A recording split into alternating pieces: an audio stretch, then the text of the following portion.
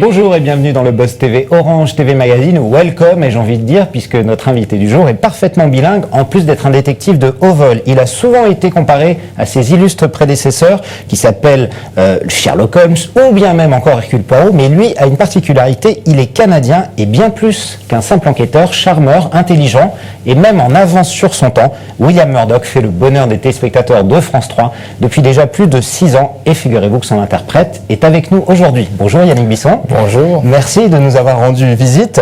Ce que j'ai dit sur Murdoch à l'instant, charmeur, intelligent, inventif, c'est aussi valable pour Yannick Bisson? Pas à ce degré-là, non, pas du tout. Des fois, je me trouve très plate. C'est un caractère très intéressant et c'est très agréable de pouvoir travailler sur cette émission. Alors, j'avais juste une petite question, parce qu'il y a beaucoup de fans en France qui regardent Murdoch. Oui. Beaucoup se demandent pourquoi vous ne le doublez pas. Est-ce que c'est à cause de votre accent canadien que vous ne faites pas la voix, ou parce que c'est un métier différent du vôtre encore? C'est vraiment la façon que c'est fait. C'est traduit ici en France, même au Québec, au Canada. La plupart des programmes qui sont traduits ici. Même au Canada, c'est redoublé encore Murdoch, d'accord. Oui. Alors, vous avez le tour, comme on dit. C'est bien fait et c'est un talent unique de doubler des voix comme ça. Quand Murdoch est arrivé dans votre vie, il y a maintenant 6 ans, 7 ans de ça, comment ça s'est fait que William Murdoch, ce rôle était pour vous, ou ça a été difficile de l'avoir? Au début, c'était un peu étrange. J'étais pas 100% convaincu que c'était la bonne chose à faire, le bon choix pour ma carrière, parce qu'il n'y avait aucun programme nouveau qui était, disons, à l'époque... qui ressemblait à ça, en fait. Oui, on dit des period pieces en anglais. Il n'y avait pas grand-chose dans ce temps-là. Et maintenant, si on regarde les films et la télévision, et télévision à long, format long, comme HBO et des choses comme ça, il y a plusieurs programmes. Alors, dans ce temps-là, il n'y avait rien. Et j'ai hésité un petit peu, mais j'ai pris la chance quand même. Et ça a été un grand succès et je suis très content. Et vous avez bien fait, en tout cas. Alors, on vous compare souvent, pour parler de votre personnage, à Sherlock Holmes ou Hercule Poirot, mais moi j'ai envie de dire, est-ce que Murdoch, ce serait pas un petit peu les experts de CSI avant l'heure? On sait qu'il est inventif, vous imaginez des choses, des objets, c'est un peu la police technique, le CSI? Oui, Ouais. oui. Beaucoup, on a dit ça dès le début et c'était un choix conscient de la part des créateurs d'être au courant avec l'aspect CSI et les experts, et aussi avoir l'histoire, l'art, les concepts visuels, tout emballé dans un bon programme avec des thèmes universels. Donc les experts Toronto, ça aurait pu s'appeler comme ça aussi. Oui, ça aurait été plus facile. Donc un peu un mélange presque en fait entre James Bond et Sherlock Holmes plutôt. C'est un mix de ça.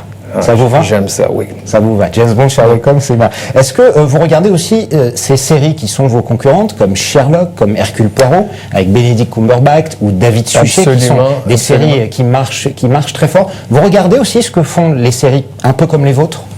Oui, je suis très intéressé à la nouvelle édition de Sherlock Holmes avec Benedict. C'est très bon. J'aime le style. Ça va durer longtemps parce que c'est très bon, c'est très sharp. Je regarde... Précis. Je traduis précis, oui, sharp, précis. C'est drôle. Au Québec, on dit pas le week-end, on dit la fin de semaine. Mais ici, c'est bizarre, on ne sait jamais. C'est vrai. Vous en faites pas, je traduis, Yannick. Oh, merci. Donc oui, c'est des personnages, vous dites, comme Sherlock ou Hercule Poirot, qui sont forts aussi et qui ressemblent à Murdoch. Ainsi que des programmes comme Game of Thrones. J'aime beaucoup ça. Qui est étrange parce que c'est pas vraiment mon style de télévision. J'aime l'action et les choses un peu plus modernes, mais je trouve ça pas mal bon. Vous en regardez beaucoup des séries à la télévision? Pas beaucoup? Pas de temps du tout. Non? Même pas des séries françaises? Pas spécialement? Non, rien. En effet, je regarde 2 choses et un peu de course. Alors, c'est le moment des célébrations, Yannick.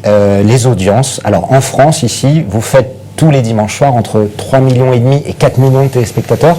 Vous êtes parfois proche des 15% d'audience. C'est un gros carton en France. C'est quelque chose d'inattendu pour vous? Vous attendiez un tel succès ou non? Complètement inattendu. Surtout l'aspect que c'est traduit dans une autre langue et c'est un grand succès. C'est vraiment incroyable. Ça a été reçu en France et j'ai aucune idée pourquoi.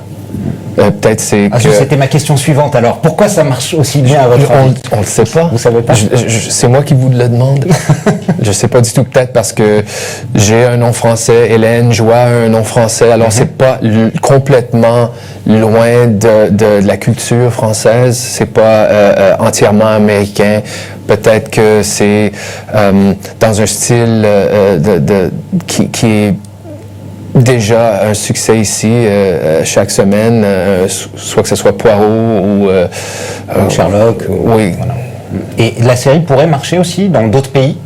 Aux États-Unis, elle marche bien au Canada? En Australie, au Canada, ça va très bien. Ce qui est aussi étrange parce qu'au Canada, on ne regarde pas beaucoup d'émissions canadiennes. C'est vrai. Oui. Des programmes étrangers surtout? Oui, américains. On est le premier acheteur de médias américains au monde. Alors... Pas trop des programmes de chez vous en fait. Hein. C'est ça, ce qui est dommage.